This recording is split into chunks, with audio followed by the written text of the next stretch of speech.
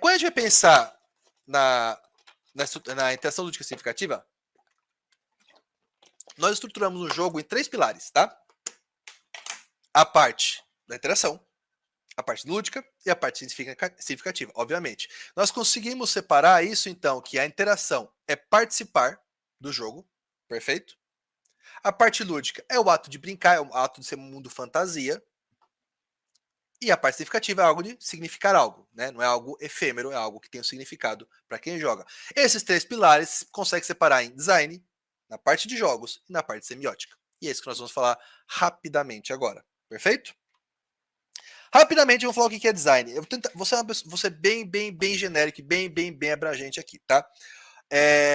Design é algo que é aplicado em um contexto, tá? Vou ser um pouco mais claro. Design são métricas estipuladas aplicadas num contexto que fazem sentido para a criação e a projeção de algo. Perfeito? Sendo bem genérico. Estou pensando em design de jogos, design de produtos, design de interiores, design do que você quiser, design de moda, o que você quiser. Design é isso. Eu penso em métricas, ou seja, eu penso em coisas de métricas de qualidade, de estrutura, e coisas que tem que ter ali. Vou fazer um design de interiores para uma escola. Então eu tenho que ter cadeiras, eu tenho que ter as janelas altas, eu tenho que ter eu vou pensando, essas coisas têm que existir e elas têm que estar funcionando bem para que o meu design interior dessa escola funcione de forma correta. Perfeito? É aplicado num contexto, então no caso o design de interior de uma escola é diferente de um escritório, que é diferente de um hospital. O contexto faz sentido. E por fim, aplicando um design métricas no contexto, eu consigo fazer um projeto. Então, palavras não minhas, do Claudio Diné, sei lá como se fala. O design permite restabelecer os limites do real e da forma como percebemos. Com o design é possível redefinir as limitações da compreensão da realidade. Ou seja, eu consigo pegar coisas reais e redelimitá-las para que funcionem da forma que eu quero, para trazer o resultado que eu quero. Ou seja, quando a gente pensa em design, é projetar algo baseado em contexto e métricas. Perfeito? Então, a gente pode separar o design em 4 partes, dado a sua principal definição. Design é o processo pelo qual um designer cria um contexto a ser encontrado por um participante, a partir de qual o significado surge. Nós vamos falar significado lá na frente. Ou seja, nós temos 4 pontos importantes aqui. Quem projeta, onde é aplicado, para quem é e o que isso tem que significar. Quem projeta? Agora vamos pensar em jogos por um instante, porque eu acho que essa palestra é de jogos no final das contas. Os desenvolvedores, nós, aí nós vamos saber a equipe, quais são as nossas características técnicas de qualidade, o tamanho da equipe, é bom em 2D, 3D, eu sou bom em tal engine, eu sou bom em tal linguagem. Nós vamos ver a capacidade de que nós temos para entregar. Vamos aplicar num contexto, um jogo digital para console, para celular, utilizando determinadas ferramentas, determinado controle, determinado com teclado, perfeito?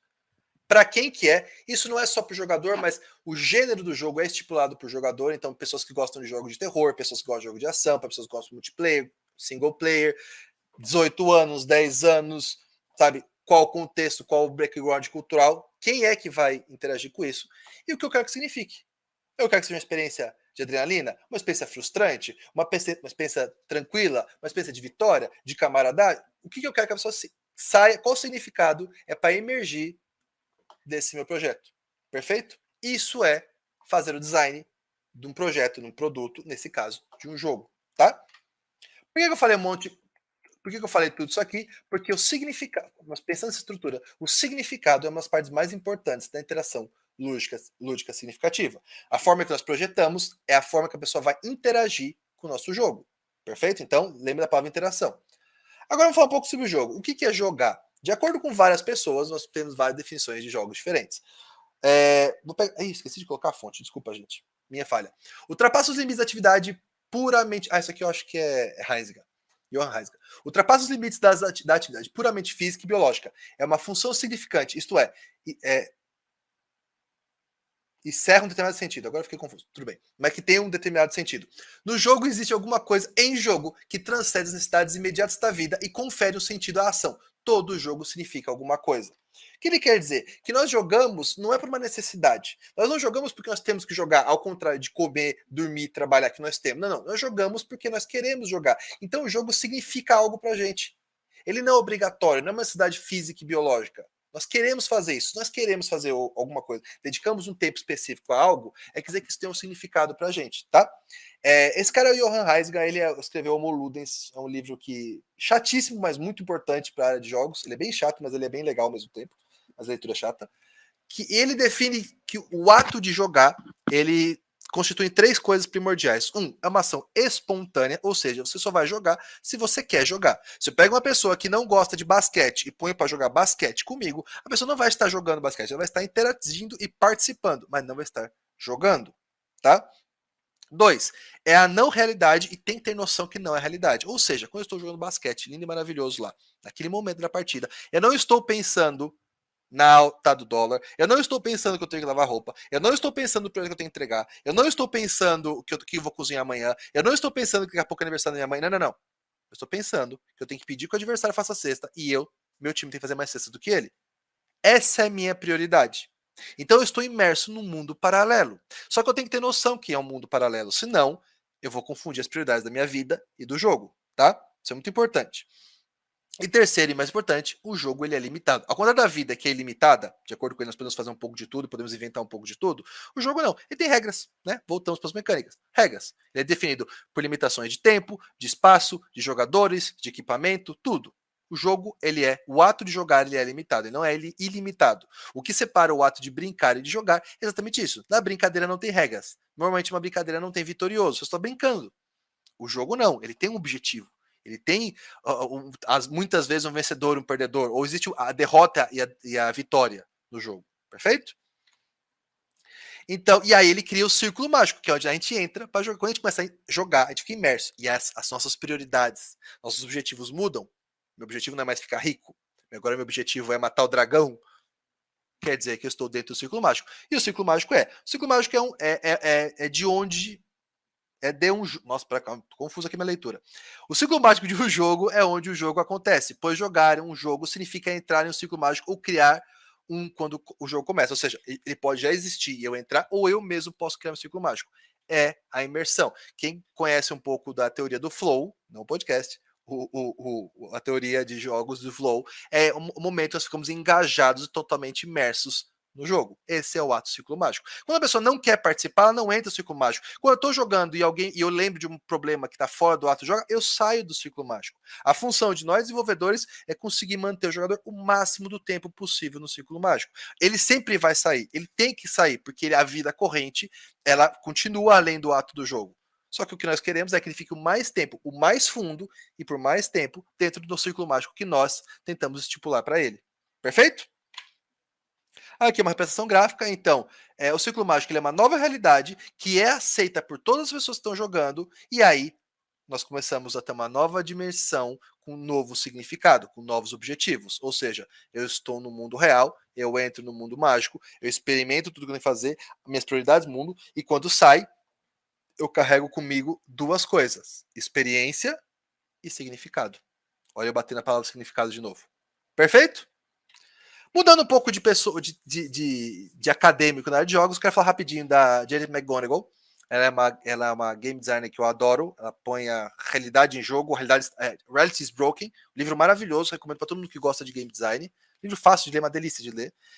E ela fala que os jogos, por sua vez, é a busca pelo desafio prescindível. Ou seja, a vida já tem um monte de desafios pra gente, mas a gente quer um outro que não precisaria ocorrer, mas ainda assim eu busco por ele.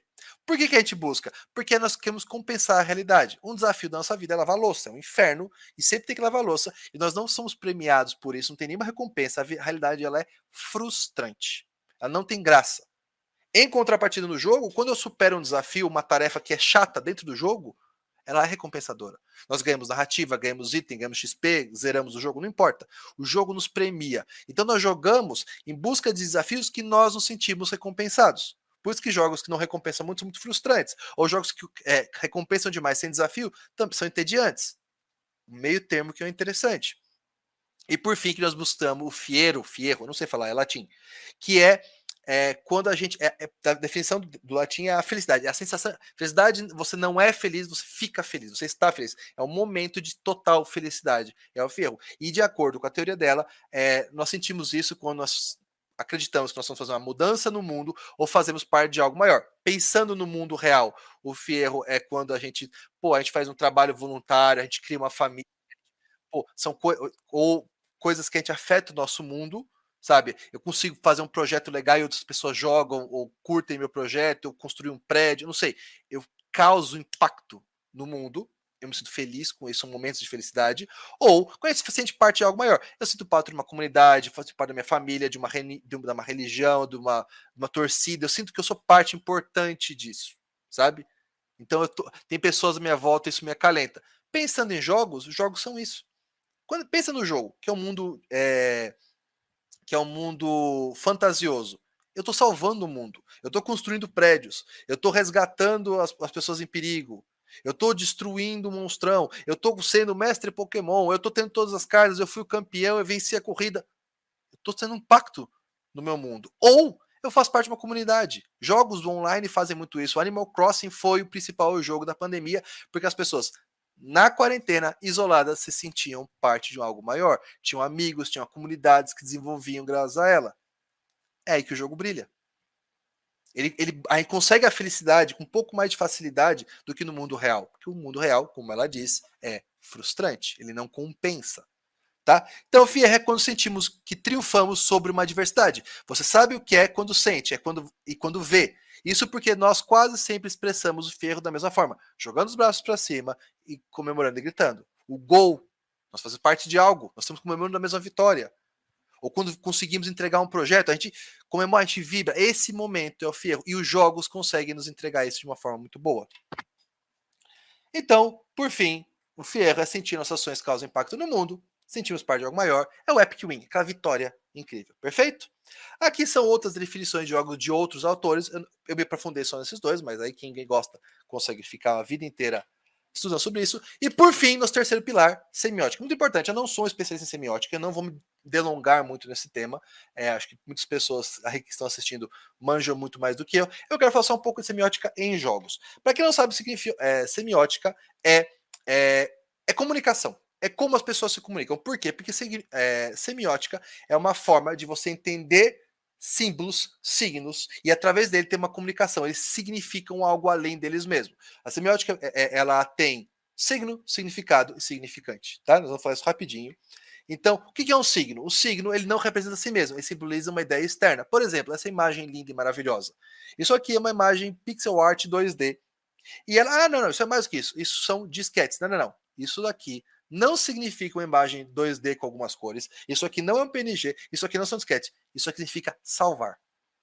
Ele significa isso. Esse signo tem um significado maior do que ele. Ele não significa ele mesmo, ele significa uma ideia. Ele simboliza uma ideia, perfeito? Os signos, para eles funcionarem, têm que ser interpretados por pessoas. Por isso que é comunicação. Se a gente vê na rua uma placa de e o vermelho, a gente entende, a gente interpreta que é proibido estacionar. Mas se eu vou numa placa, ela é amarela e tem uma espada e um cachorro e bolinhas em volta, eu não sei o que significa, eu não consigo interpretar isso. Então eu não consigo me comunicar, essa placa não se comunica comigo. Eu preciso de um contexto, tá? Então, o significado é resultado da interpretação de signo. Quando eu vejo um signo, tal qual uma placa, tal qual o botão de salvar, eu interpreto ele, surge o significado. E o contexto é vital para que eu entenda o significado. Eu tenho que entender o contexto. A placa, eu entendo o contexto. Eu sei que é uma placa de rua, eu sei que é uma placa de trânsito, eu sei que o E significa estacionário, eu sei que o vermelho, a faixa vermelha significa proibido. É isso, tá? Eu tenho que ter contexto. Uma pessoa com um contexto interpreta um signo e daí surge o significado, que é uma ideia externa que é simbolizada pelo signo. Perfeito? Beleza, falei muito. Isso aqui são signos. Isso aqui é um desenho retangular com uma pirâmide, isso aqui é uma palavra, isso aqui é um blueprint, isso aqui é uma foto, isso aqui é uma maquete, isso aqui é uma imagem tridimensional, isso aqui é um número. Tudo isso pode significar casa, depende do contexto. Isso aqui, é uma casa. Essa palavra significa casa. Isso aqui é o blueprint de uma casa. Isso aqui é a foto de uma casa. Isso aqui é a maquete de uma casa. Isso aqui é uma modelagem 3D de uma casa. Isso aqui pode ser o número da minha casa. Eu posso olhar para isso e falar, isso é uma casa. Mas isso não é, pensa, esse signo, ele simboliza uma ideia externa a ele mesmo, perfeito? Em contrapartida, isso daqui muito parecido com esses, não significa casa. Significa menu inicial, home, tudo bem, home é casa, mas não é. Ele é o ato. Se eu vejo isso no contexto de um aplicativo, de um jogo, eu sei que eu não vou clicar nisso daqui, eu vou entrar na minha casa, eu vou ver foto da minha sala de estar. Não, não. Eu vou voltar para o menu inicial. Seja do site de esportes, seja do meu aplicativo do banco, não importa. Eu sei que eu volto para o menu inicial. Isso aqui significa casa, isso aqui significa menu, voltar para o menu inicial. Ou seja, signos muito parecidos, mas dado o contexto e o que interpreta, significados bem diferentes. Perfeito? Por que eu estou falando isso? Porque isso é muito usado em jogos, o tempo todo. Quando nós criamos mecânicas, regras para o jogador, nós criamos signos e contextos para que o jogador veja coisas e já tenha o significado dentro, para que isso não seja explicado novamente. Perfeito? Então, por exemplo, vamos pegar coisas que são muito diferentes, mas têm o mesmo significado. Isso aqui. O que isso aqui significa? Nós temos aqui um barril vermelho, nós temos aqui uma bombinha, nós temos um monstro verde, faz sentido, nós temos aqui um negócio de gasolina, nós temos aqui uma arte bidimensional num campo quadriculado, nós temos aqui um Pokémon, e nós temos aqui a bunda de um monstro. Tudo isso tem o significado explosivo. Tudo isso. São bem diferentes, mas dado o contexto, esses signos significam explosivo. Nós sabemos que isso aqui vai acontecer alguma coisa, isso aqui vai explodir. O jogo nos permite o contexto, nos apresenta o signo, nos dá o contexto e a partir desse momento isso tem um significado pra gente. Obviamente que se eu ver um desse na rua, eu não acho que vai explodir. Pode ser um bichinho de pelúcia, eu não acho que vai explodir. Mas no jogo, o Voltorb explode. É o principal ataque dele. É dado um contexto que o significado sempre vai... Sempre que alguém jogar um Voltorb contra mim, eu falo, caraca, esse bicho vai explodir. Sempre que eu vejo esse bicho verde, esse bicho vai explodir. Eu vejo a bombinha, vai explodir. Se eu atirar isso aqui, vai explodir. Esse é o significado desses elementos desse jogo. E depois que o jogador aprende, lembrando, vamos lembrar do MDA, ele tem as mecânicas, ele aprende ela, ele cria dinâmicas. Eu sei que isso explode. Como que eu trabalho com isso? Como que eu fujo ou uso isso a meu favor? Eu crio dinâmicas por causa da semiótica. Um outro exemplo. Isso aqui é vida. Isso aqui recupera a vida. Isso aqui... mas isso é óbvio, Ivan. Isso aí é um kit de primeiro socorro. Beleza. Um coração de cristal é vida. Mas é óbvio, é um coração. Tá em cogumelo verde. Pô, Last of Us estranho. Cogumelo não é uma coisa ruim. Mas no contexto do Mario, é vida. E do Donkey Kong, um barril é uma vida extra. Isso aqui é uma poção, é uma vida extra. E nossa, esqueci, Street of Rage. O hambúrguer no chão é uma vida extra. Você não vai na rua comer um hambúrguer no chão e achar que você vai ganhar vida. Você perca. No Street of Rage é uma vida. Ou seja, o significado desses elementos é o mesmo. O contexto é diferente, os signos são diferentes, mas a partir do momento que o jogador aprendeu isso, ele não precisa ficar aprender de novo. Está com ele. Por isso que a semiótica é importante. Em contrapartida, parece igual, mas é diferente. Quem conhece jogos sabe o quanto isso é diferente. São 3 girassóis. Não sei o plural de girassol, gente, desculpa. São 3 girassol plural. Esse aqui é um item que eu pego, eu ganho uma vida a mais, solto bolas de fogo. Esse aqui é uma fonte de dinheiro. Esse aqui é um boss desgraçado. É um inimigo desgraçado no jogo. Porque o contexto do Mario, do Plants vs Zombies e do Undertale são diferentes. Mas são muito parecidos. Muito mais parecidos do que esses, que têm o mesmo significado. Mas o contexto que muda. E aí cabe aos desenvolvedores permitir que o jogador entenda esse contexto. Beleza?